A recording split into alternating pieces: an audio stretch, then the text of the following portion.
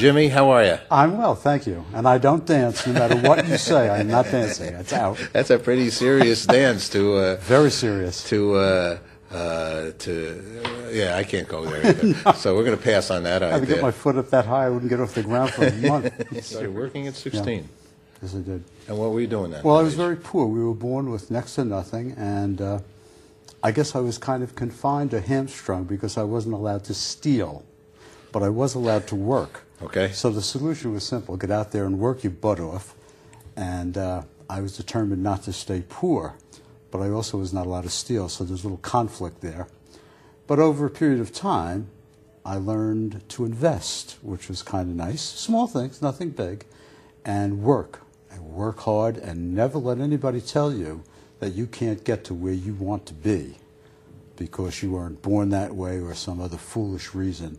You just stay at it, and that's exactly what I did under very, very severe criticism because I was always a good student. I got good grades, but I hated school. Okay. So there's a little conflict there. But I was kind of my family's big hope. I would go to college and do all these wonderful things because, hey, after all, I was a bright guy, except I hated college.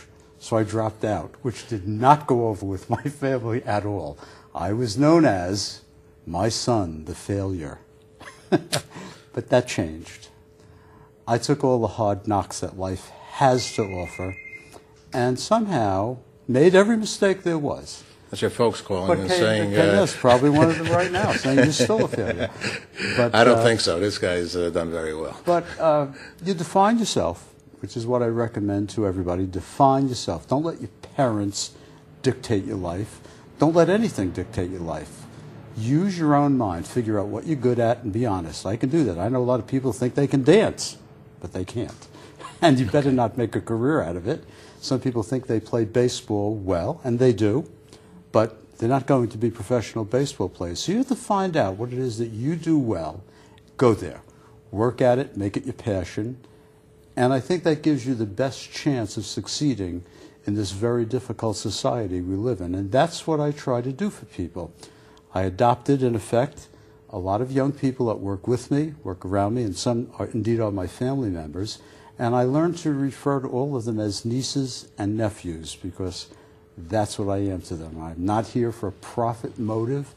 Some people live their life seeking money. Okay, you have to have some of it, but if it becomes your life, you become its slave. You don't want to do that. You always want to be in control of yourself, define what you need that makes you happy. For me, yes, do I like money? Sure, give me $10 million and we'll have a lot of fun. But contentment with what you have and what you've been able to accomplish is much more important to me. And this is what I try to get across to the people that I work with, the people that work for me, and my friends around me. We all draw on each other's experience base, so we're stronger. We put together little teams, actually. And what I've done successfully is taught young businessmen, indeed my nieces and nephews, the ones that are in real life, my nieces and nephews, basics about business, about communication, how to conduct yourself, how to educate yourself, and how to be a successful person. And that's what I try to do. I usually sign off my programs with the simple phrase, think and be formidable. And that's what it's all about for me. That's my passion, as you asked me. You've been on the air. You were on the air for a long period of time. Yes. And what was the basic nature of the program? Well, it's interesting. There's a little story to it, and I'll make it very, very brief. When I first got on the air, I thought I would give information about things that I have in my background, finance, music, and other things. But what I found out was that people would call up because I was easy to talk to. And I said, well, that works. It's great. If I'm easy to talk to, people will talk to me, and I'll have a radio show. The show did very well, and I have no complaints about it. But we never got a large enough audience for me to test the theories that I have about communicating to young people what it takes to make your life successful, what you'd like to be, what you'd like to accomplish. And I think the difference between what I do and what other people do, I don't come at you from a moral point of view. It's entirely practical. You don't have to be of a religious conviction. You don't have to be anything. All you have to do is be willing to say, that makes sense. And so I'm going to adopt it into my thinking and go forward with that. And for the people that do it, even if they just pick up on one or two of the little things that I try to get across to people, they find themselves empowered. And that's what makes it possible for you to move forward in your own life, because you define yourself, you set a goal, and you keep working at getting there. I'm a 20-year-old. Yes, sir. And I just got out of college, or my next year. I'm starting to think about what I want to do, where I want to go. Yeah. I studied liberal arts.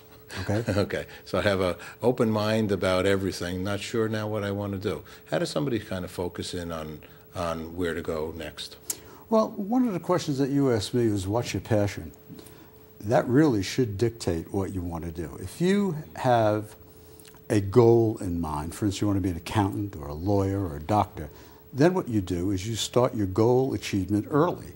Go to school, get the credentials that you need for that particular occupation or that goal, and do something that you enjoy doing with your life. Whether you make a lot of money or not is not as important.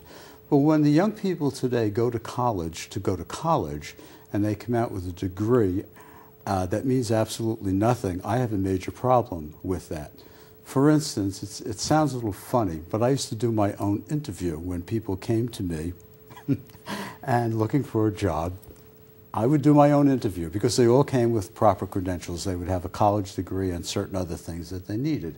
So I would give them a very difficult question to answer right off the bat. I would say to them, "Do you show up?" And if the answer was, "Huh?" they were in trouble. "What do you mean?" I said, "Well, there's a desk there. We start our hours here at such and such a time. Am I going to see your pretty face sitting there every day?" "I guess so." Not a good answer.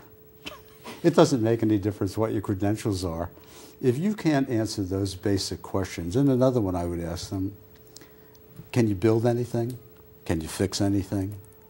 Can you speak on the telephone? Can you sell anything? And if the answers to all of those things, 0, no, can't do it, then what would you like to do for me? Tough question for a guy that's coming out of school. He thinks he's got a degree that's going to automatically set him up in business for life, and it doesn't. A lot of people would say to me, "You have to give me a chance." My answer to that is, I don't have to give you anything. You have to show me what you can do to help me in my business, and then I will train you. If you can't do that, it's been fun. Thank you. I'll give you a call, but don't count on it.